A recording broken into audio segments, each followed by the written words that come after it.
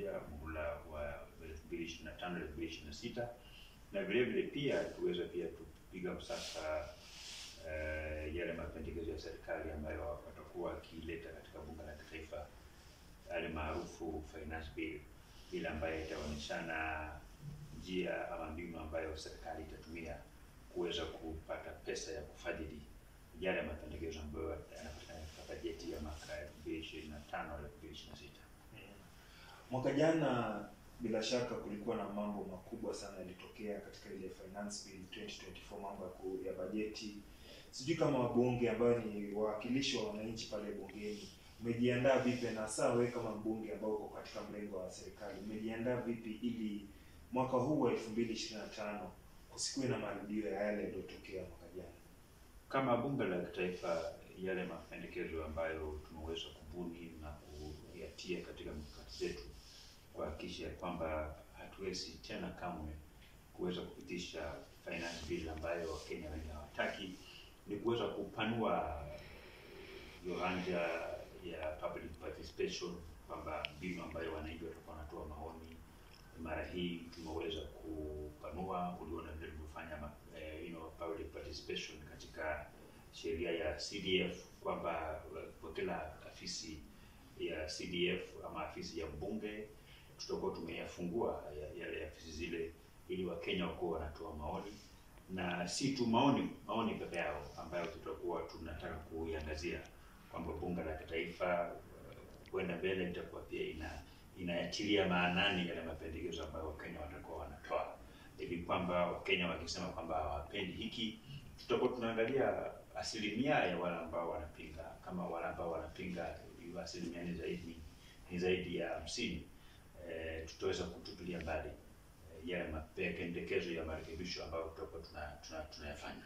Kwa hivyo hiyo ndio tofauti na vile tulivyokuwa tukifanya maneno yetu ya kama bunge la kitaifa nyakati zilizopita ama nyakati zilizopita, kwamba ilikuwa tunaweka tu kwenye gazeti rasmi la serikali. Wakenya wachache ndio wangekuwa na nafasi ya kutuma maoni yao, lakini hivi sasa tumeweza kuexpand ile viwango vya wale Wakenya ambao watakuwa wanajitokeza kutoa maoni kulingana na sheria tofauti za bunge la kitaifa. Wakati ule ambaye tayari public participation ile kwenye constituency level ilikuwa imeanza tayari, lakini nakumbuka mwaka jana lile swala lilikuwa swala kula lilishirikishwa kwenye public participation. Wengi wa Wakenya walisema labda ilikuwa influence ama yale maoni yao walitolewa hayakuzingatiwa katika bunge.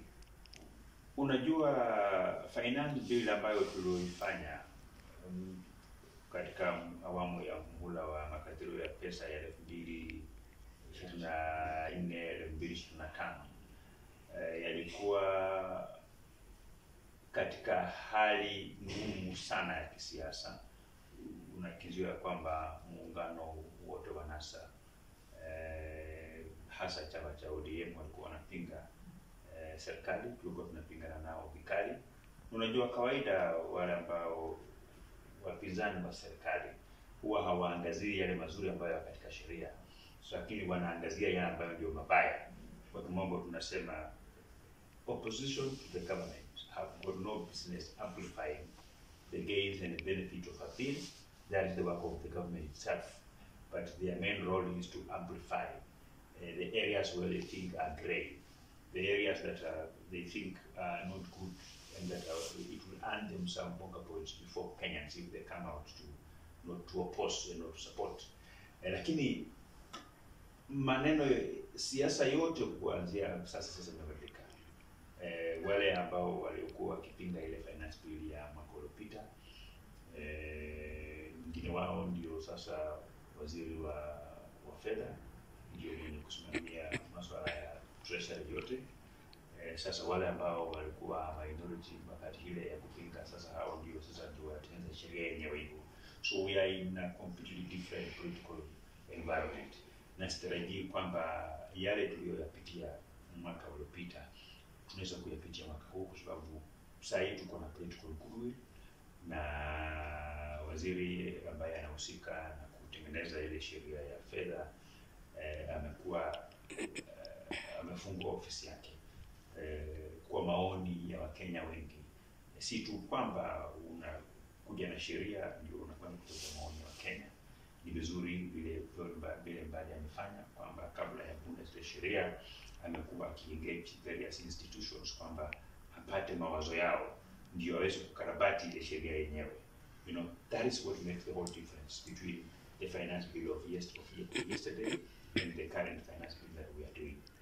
The finance bill of yesterday, it was done under the leadership of a minister who did not operate within an open door policy. He never engaged experts before coming up with that proposal. But what John Mbadi is doing, and what the government of Kenya is doing presently, is that they are engaging various opinion leaders, various institutions that are very key in so far as the economy of this country is concerned.